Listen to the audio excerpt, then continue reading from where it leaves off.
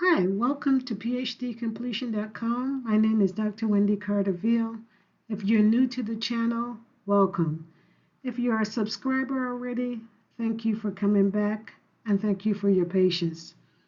Today's video is Unlocking Graduate School Opportunities.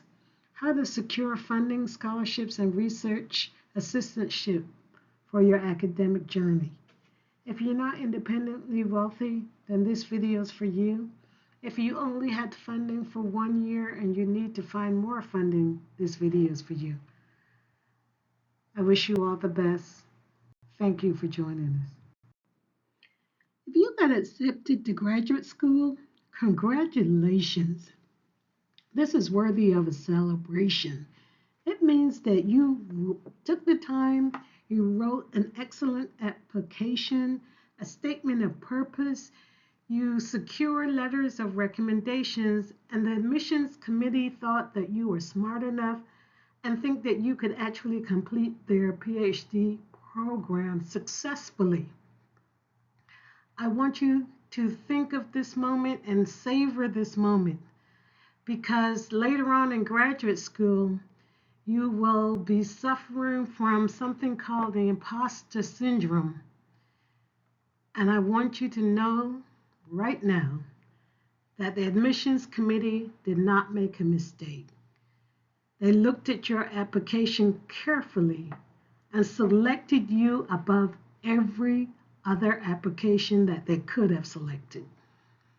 So by all means, celebrate and savor this moment in time. Well done. If you got accepted without funding, don't make the mistake of thinking that they didn't think that you were bright enough to give you funding. Funding is merit-based, but nonetheless, it's also first come, first served. If your application was later in the pile when they have already awarded money to the earlier applicants, well, then you might not have gotten funding. It's based on department budgets. Some departments admit more people than they can actually fund. So don't take it personal. Keep in mind that there are people who get accepted without funding and eventually find funding. It also means that there might not be a match. If you have research ideas or your application reflected that your research area was on X, and there is a faculty member who works on X, but that faculty member does not have a grant to fund you, then you might not get funding because there is no money available or the faculty member does not have funding available, but there's still other funding opportunities. It just means that you have to be proactive about it. Okay, once we have finished celebrating having been accepted to graduate school, then we have to read and understand the letter of acceptance. And let's talk about funding. Unless you're independently wealthy and you're going to pay for graduate school yourself, well then we got to talk about funding. You can get accepted with 1 year of funding, but graduate school is for a longer term than 1 year. For some people, the average time is 6 years. For some, it's 3 years, but notice it's multiple years. So you could get accepted for 1 year as a research assistant, a graduate assistant, or a teaching assistant. That means there's funding available and you don't have to worry about that. Some of the teaching assistantship or any of these assistantship comes with what they call tuition remission, which means that you don't have to pay the tuition, that somebody else will pay the tuition for you. And so getting funding even for 1 year is better than nothing. You might also get a letter that says, okay, you've been accepted and you have funding that's guaranteed for multiple years, Perhaps it's 4 years, and perhaps they think you're going to finish your degree in 4 years. It might say 4 to 6 years, and again, they want you to be successful, and so here's the money that's allotted to you for 6 years, assuming that your grades are great along the way. And there you have now secure funding for multiple years. This is the least stressful position to be in because you don't have to look for money. Money is there for you. Or you could get accepted without any funding. And I want to say that that's how I got accepted for graduate school in the #1 sociology department in the country. I got accepted, and I was a single parent without any graduate funding. But I want you to know that I graduated from the #1 department in the country, and I was able to secure funding, and that's what I'm sharing with you today.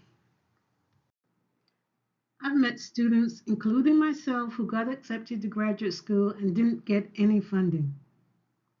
But I want you to know, if you're in the STEM field, there are plenty of fellowships, research assistantships, TA assistantships. There are plenty of money out there for those in the STEM fields. And I already said I was a sociologist, which is not necessarily STEM, and still I was able to find funding. And I'm sharing what I learned and what I know, having worked in the graduate school. Let's understand graduate school and graduate school funding. When you get accepted, you can get accepted without any funding. You can get accepted with funding for the first year, and then that means for the next couple of years that you're in graduate school, you actually have to be proactive and look for funding. Or you could get accepted with 4 or 5 years of funding, and the award letter will let you know what type of funding and for how long. And clearly, someone who gets accepted with 6 years of funding, well, their anxiety about whether or not they will be able to pay for books, housing, clothing, for everything for graduate school, that has been put to rest by that letter. This presentation is about how to find funding if you got no funding, or if you got funding for the first year, what do you need to do in order to get secure funding for the next year before the semester runs out? If you got accepted without funding, then you have to be proactive about looking for funding. You have to treat funding like a job. You have to work at it every day. You have to apply to a lot of different sources of funding. You can't give up. You have to let as many people know that you don't have funding. And I will even give you some information about who do you actually approach about possibility of funding. But you must be proactive. If you've been accepted without funding, without any funding, it's important for you to be proactive. Be proactive by searching your department's website and look for faculty who have large grants and large federal grants. You might also look on the National Science Foundation's website where they list all of the grants that have been funded. Put your department's name in the search terms, put the faculty members' names in the search term to find who's the faculty on staff who actually won a recent award. Then you can target your search and your email to direct that to that particular faculty. That being said, before you even contact them, you need to be self-reflective about what do you bring to the table.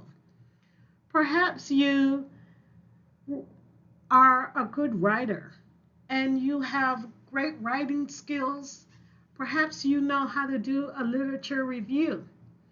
Perhaps you're good at statistics and therefore you bring your analytical skills to the lab or to that particular faculty member who might need help in terms of those skills. It's important that you are proactive, that you are constantly on the hunt until you find the funding that you're looking for. It's important not to give up. This cannot be the time that your first challenge is the acceptance letter without funding. Okay? As I've said before, as a single mother, I got accepted to the #1 sociology department in the country, and I didn't get any funding. And I went up to the school, I called people on the phone, I attended a conference where the faculty member that I wanted to meet was going to be a presider. I introduced myself and I said, "Hi, my name is Wendy Carter. I'm going to be a first-year student here next year, and I don't have any funding."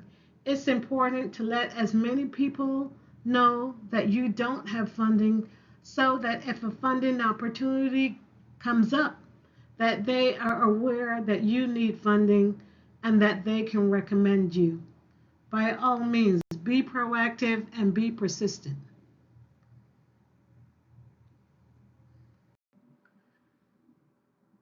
I put this email template that you might use in order to contact a faculty member when you're looking for funding. It's important to be formal in this ask because you're going to be building a relationship with this person for a long time. And so rather than, "Hey, Dr. whatever," you want to say, "Dear Dr. X, Y, and Z," and you introduce yourself, letting them know what area of research you're interested in, and also do your homework to find out what it is their research is about. And as I said, think about how you can contribute.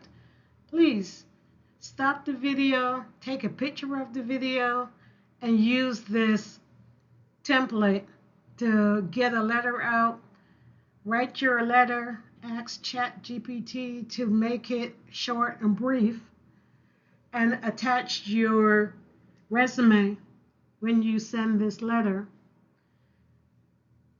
and follow up a week later if you got no response. This is not the time to be shy. This is not the time to think about, "Oh, they didn't get back to me, they're not interested."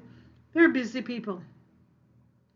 And the more persistent you are, the more likely you will get funding. If you sit back and not be proactive, then you won't get funding. And you might have to apply to graduate school again, but the process will be the same. Use this email to secure your future. I always recommend to students who ask about graduate school, what do you need to know? One of the things I say you need to know is you need to know that you're going to finish no matter what. And understand that you will have some challenges in graduate school. And if your first challenge is not getting any funding, well then, okay, bring it. What do you need to do? This slide tells you these are the approaches that you need to do in order to get funding. One, you're going to have to send out a series of emails to the faculty in your department to see whether or not they actually have any funding available. I've already created a template for the email that you can use to send to the faculty, letting them know that you don't have any funding and you're going to be a member of their department in the fall, in the spring, whenever. In order for you to contact them, you also have to do your homework. You need to research their background, research to find out what is it that they're focusing on these days. What have they written about? Where is their research focus? And how well does it align with your research? Because a research match is what's going to help you find some funding.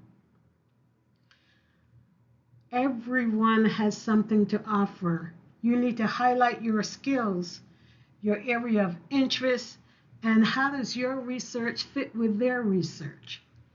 You might bring some statistical skills to their lab, to their research project. You might bring some writing skills. Perhaps you're a great writer. You do well at doing a literature review.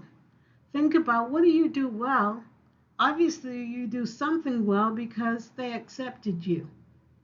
Think about, what do you bring to the table that they might offer some of their grant money to you to fund you and your graduate career for the next year, the next 2 years, 3 years, 4 years, whatever. And at the end of this email or a phone call, email is easier, request a meeting, request a Zoom call, Google Meets, whatever it is, and understand if you don't get a response, that be willing to send the email again, send a follow-up email, and by all means, be persistent. That's part of graduate school and dealing with the challenges that you will face. If this is the first one out of the box, and if this is the one that knocks you down, perhaps you need to think about, well, if I can so easily fold, should I be really going to graduate school? Let's begin with fellowships. Fellowships are fantastic. It's what we call free money. Like a scholarship at undergrad, scholarships at the graduate level are referred to as fellowships. It provides you a lot of independence. It means that you can focus on your research ideas. You're not limited by the research topic.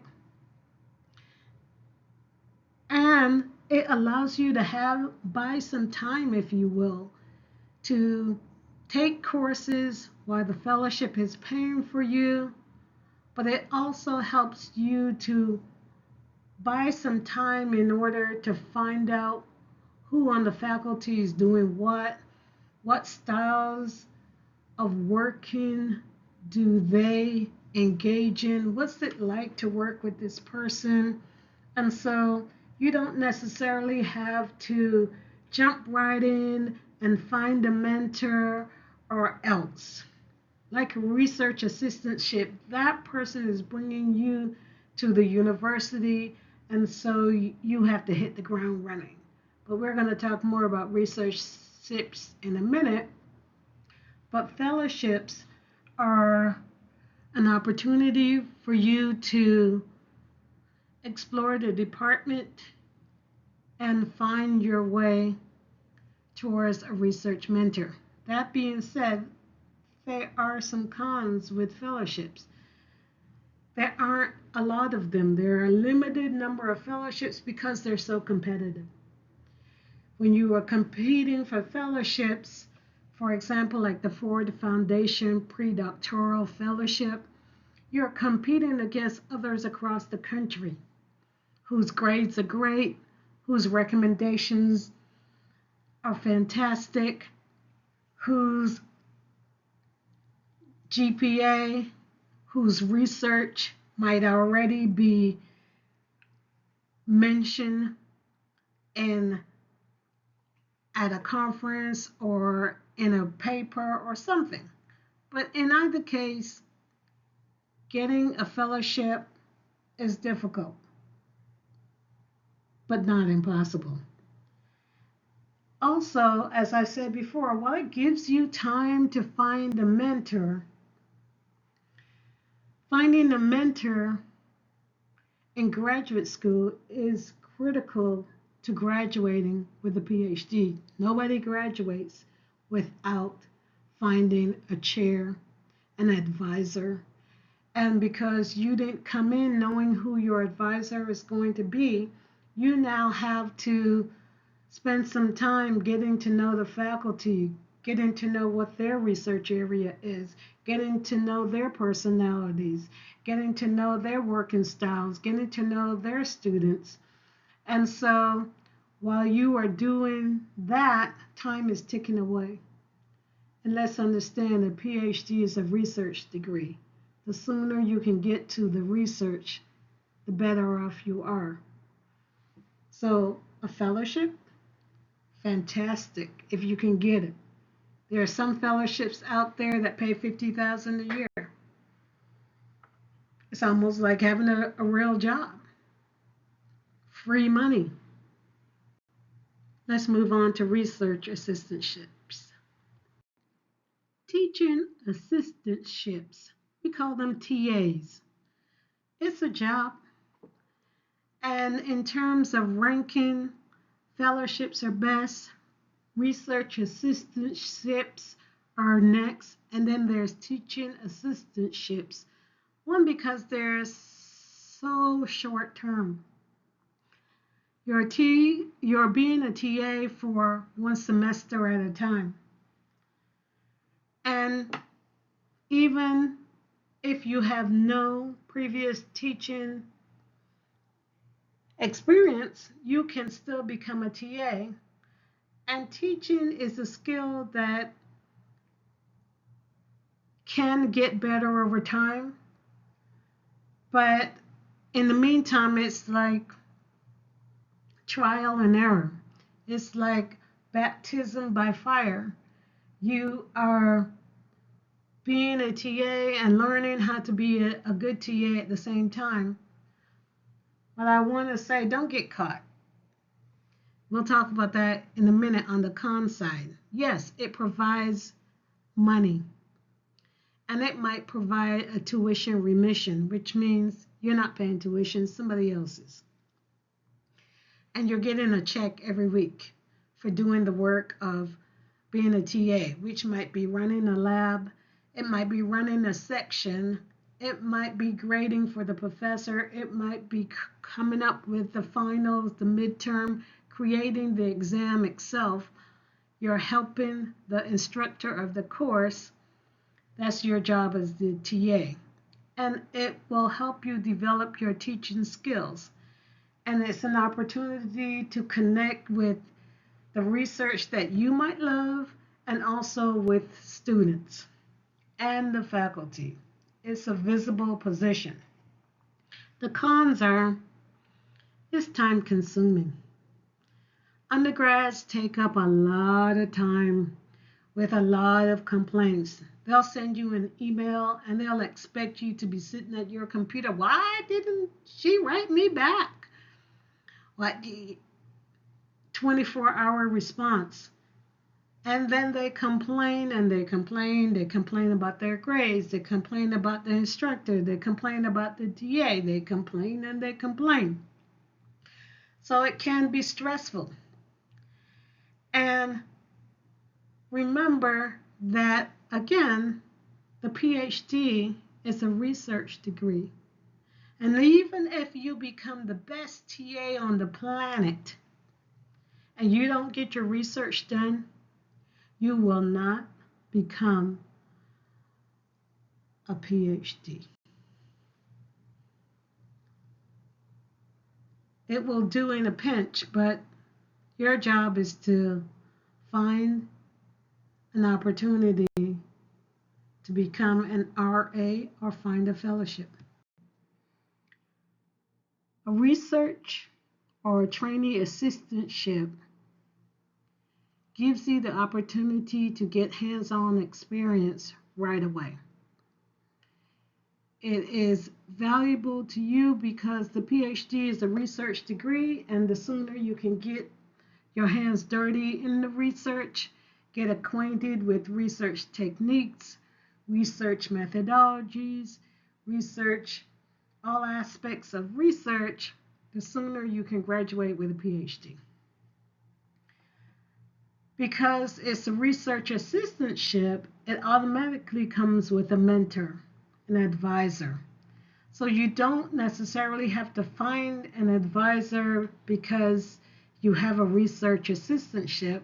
The two are paired together as part of the definition of a research assistantship. You're assisting somebody in their research. That somebody is a faculty member. And so if you got a research assistantship in your offer, then you might have to find a faculty mentor, and perhaps the department's paying for that research assistantship. But generally, you know who you're working for by the time you get a research assistantship. It provides a stipend. It provides tuition remission. Sometimes it provides health benefits. And so, like a fellowship, some fellowship actually provides tuition remission as well, which means you don't have to pay tuition, and it also provides some health benefits.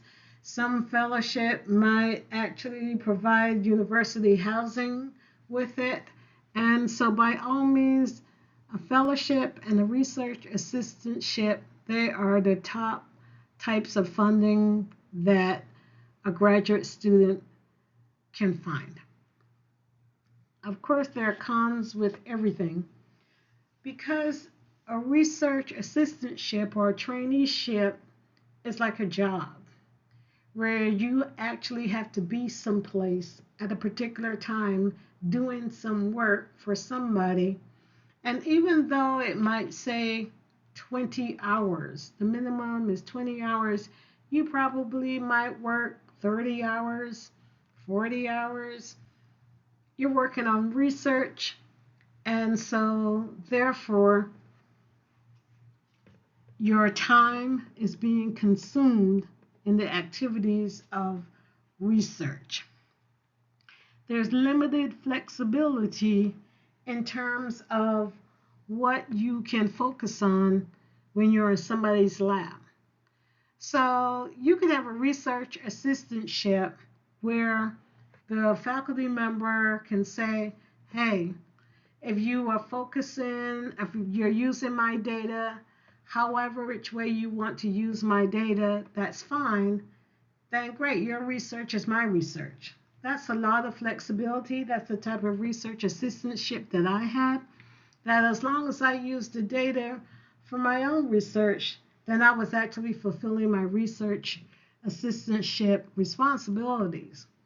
But there are also other types of research assistantships where the person wants you to actually focus on a particular aspect of their research, and they want it done in a particular time for a particular purpose, and then your dissertation, your own research, is separate from that. You need to carve out your own ideas in order for it to become a dissertation, and therefore when you're not working on that person's research to help them perhaps get some publications out, then you're working on your own. And so sometimes there's a conflict between, should I work on this person's research who's actually paying my bills, or work on my own research in order to move towards graduation? Sometimes a research assistantship can be stressful, can be at odds to what you're there in graduate school for. But still, it gets you up to speed with skills that you can use to get your degree, unlike a teaching assistantship will do. We're here to help you succeed. I hope you found this video helpful. By all means, you can get my book, Mastering the PhD Process. You can watch the videos, like, share, subscribe for more tips and strategies on completing graduate school or completing your dissertation. Drop your comments below and reach out to us at PhDCompletion.com. I wish you all the best. I hope and I plan to make more videos and put them out on a regular basis.